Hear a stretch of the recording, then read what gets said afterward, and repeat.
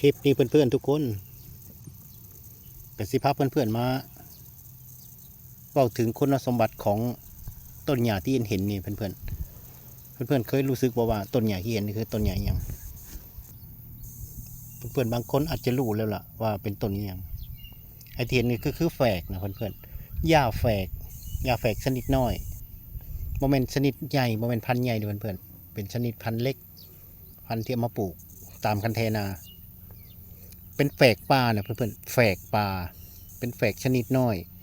โมเมนต์แฝกที่แต่ว่าเป็นตระกูลแฝกคือกันเป็นแฝกที่ชนิดเล็กต้นเล็ก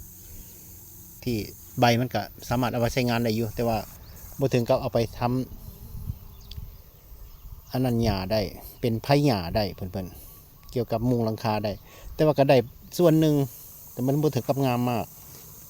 บ่รู้ว่าบ้านเพื่อนๆได้ปลูกหญ้าชนิดนี้ไว้บ่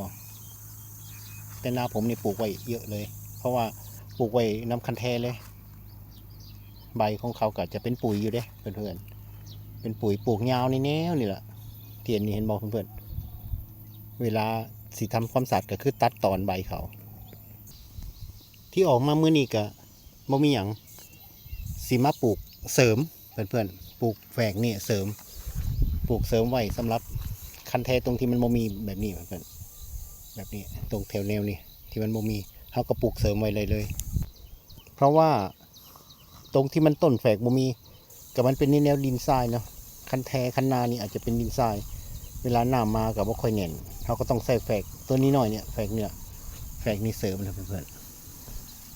ๆแต่ก็เขาสามารถแต่ก็คือกันกับตะไคร่เป็นพืชที่ใช้ต้นขยายพันธุ์เพื่อนๆนี่มันที่บ่มีเนี่ยเพื่อนๆนี่ส่วนที่บ่มีหญ้าแฝกก็ที่ได้ปลูกเสริมไว้ซึ่งแฝกเขาก็หามาได้เองตามธรรมชาติ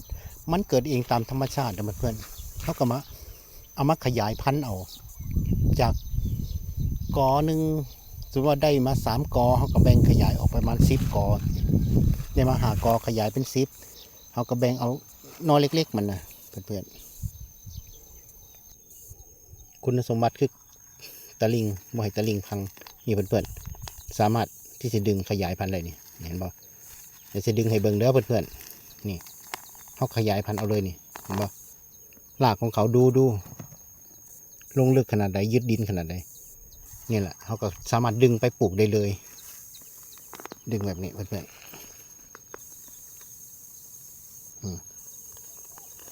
รากของเขายาวขนาดเดียวเพื่อนๆสามารถดูระบบรากของเขาเห็นบ่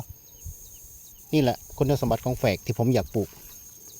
ไอ้ที่ดินตรงนี้เขากับเอามาปิดไว้คือเก่าคลิปนี้เพราะเป็นความรู้เนาะขอบคุณทุกการติดตามรับชมเบิ่งห่างน้ำกันเพื่อนๆเพียบเลยยึดหญ้าดินได้ดี